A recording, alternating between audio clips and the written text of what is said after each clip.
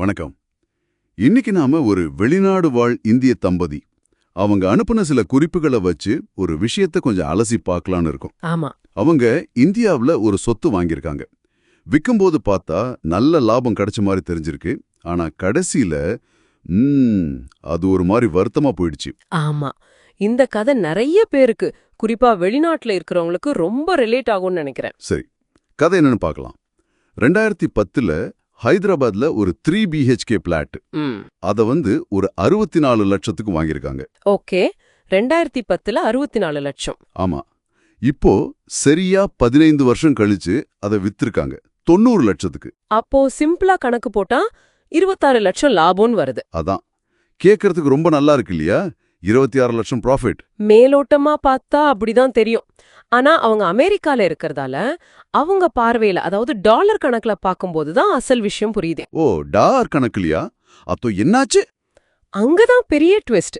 இந்த முதலீட்டோட உண்மையான மதிப்பை டாலர்ல பார்த்தா வருஷத்துக்கு வெறும் 0.5% தான் வருமானம் கிடைச்சிருக்கு.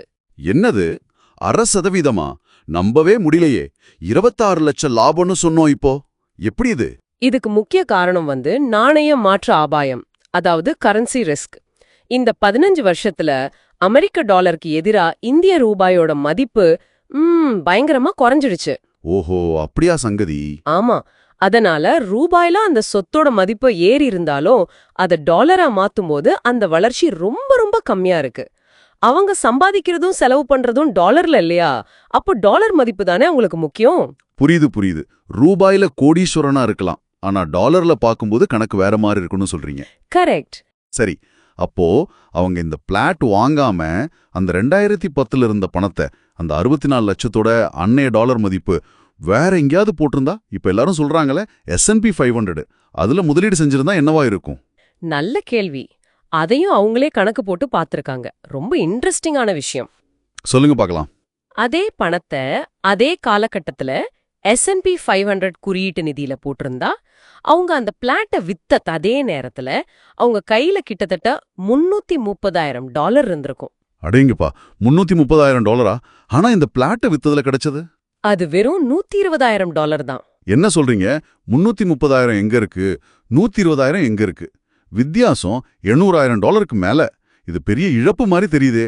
ஆமா, இதுதான் வாய்ப்பிழப்பு செலவு, அதாவது ஆப்பர்ச்சுனிட்டி காஸ்ட்.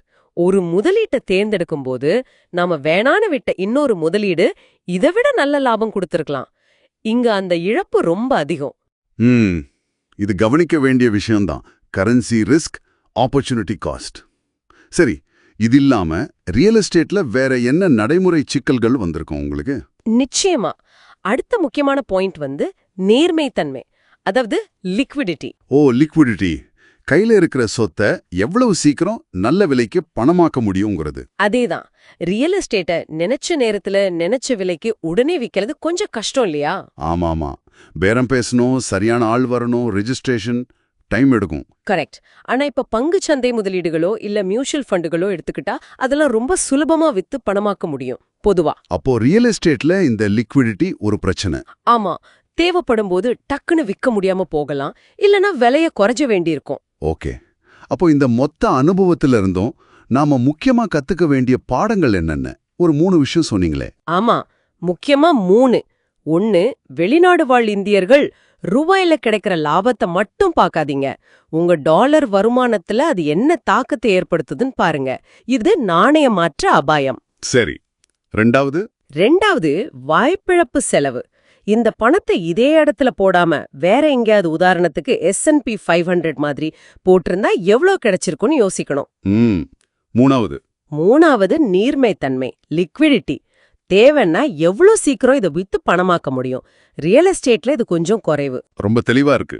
அதனால இந்திய ரியல் எஸ்டேட் வெளியிலிருந்து பார்க்க ரொம்ப கவர்ச்சியா தெரியலாம், சிலருக்கு நல்ல லாபமும் கொடுக்கலாம். ஆனா குறிப்பா நீங்க வெளிநாட்டுல வசிச்சா இந்த எல்லா விஷயங்களையும், டாலர் வருமானம், மாற்று முதலீட்டு வாய்ப்புகள், பணமாக்கும் தன்மை, இதையெல்லாம் யோசிச்சு நல்லா விசாரிச்சு தகவல் அறிந்து முடிவெடுக்கணும். வெறும் உணர்ச்சி வசப்பட்டு மட்டும் செய்யக்கூடாது. அருமையா சொன்னீங்க. நிச்சயமா இந்த கதை நீங்க உங்க முதலீட்டு உத்திகளை மறுபரிசீலனை செய்ய உதவுன்னு நம்புறோம். கடைசியா ஒரு சிந்தனை மட்டும். நீங்க யோசிச்சு பாருங்களேன், நீங்க உலகத்துல எங்க வேணா முதலீடு செய்யலாம். ஆனா அந்த முதலீடு இருக்கிற இடத்துக்கும் உங்க செல்வத்தை நீங்க கடைசியா கணக்கிட போற அல்லது பயன்படுத்த போற நாணயத்துக்கும் நடுவுல இருக்கிற அந்த உறவு, அத பத்தி நீங்க உண்மையிலே எவ்ளோ ஆழமா யோசிச்சிருக்கீங்க? இது ரொம்ப முக்கியமான கேள்வி இல்லையா? யோசிங்க.